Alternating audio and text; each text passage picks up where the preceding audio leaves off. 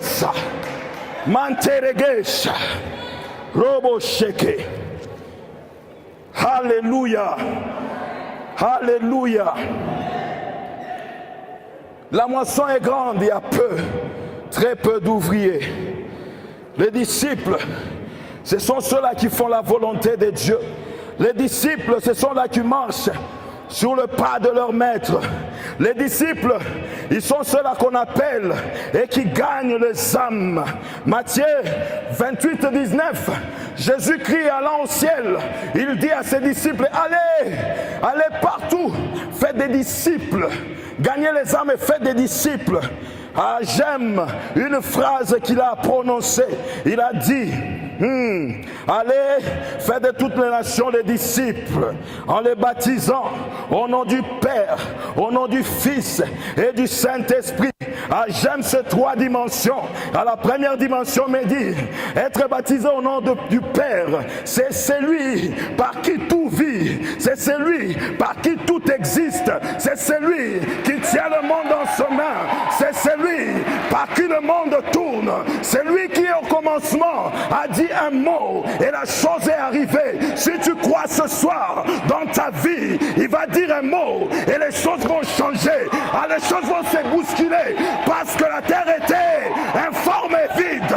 Il a parlé, il a parlé, il a parlé, il a parlé, il a parlé, il a parlé, il a parlé, il a parlé. Ce soir il parle à un jeune.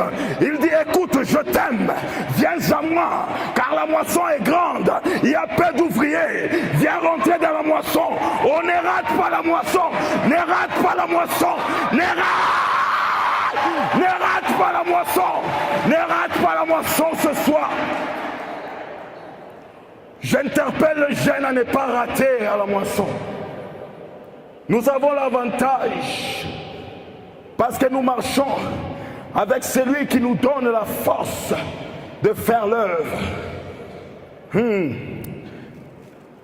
Être baptisé au nom du Fils, c'est lui par qui tout est accompli. Vous pouvez trouver cela dans Colossiens chapitre 1, le verset 16e. Vous pouvez trouver ça aussi dans Jean chapitre 3, le verset 17e. Être baptisé par le Saint-Esprit. Le Saint-Esprit est celui par qui tout est réalisé.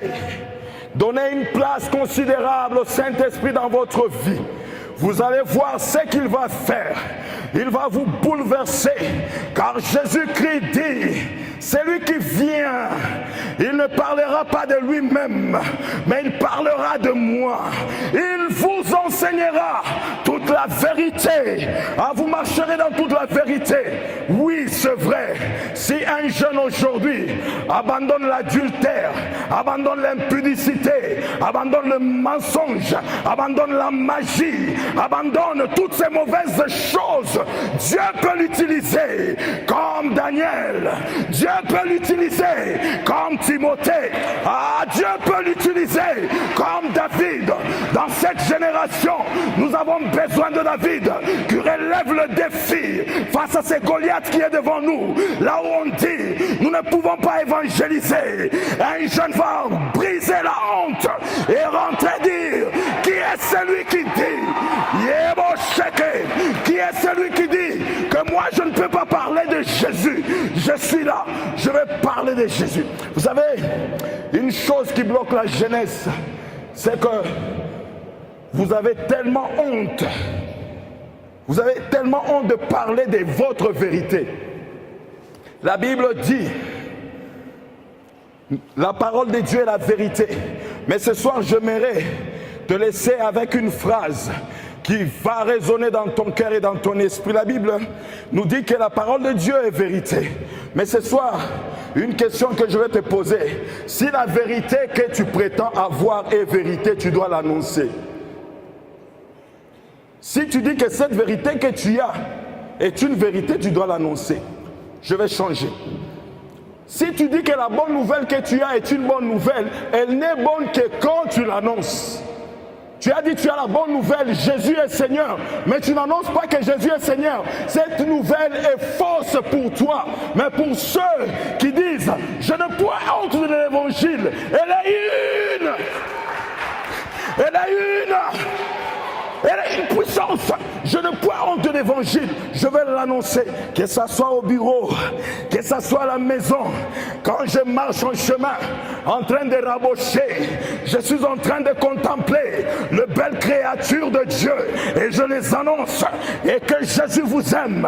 Que vous me croyez ou pas. Je vous dis que Jésus vous aime. Jésus vous aime. Voici, les champs blanchissent déjà. Où sont les ouvriers? Où sont les ouvriers? Voici la question indirecte que ce passage nous pose.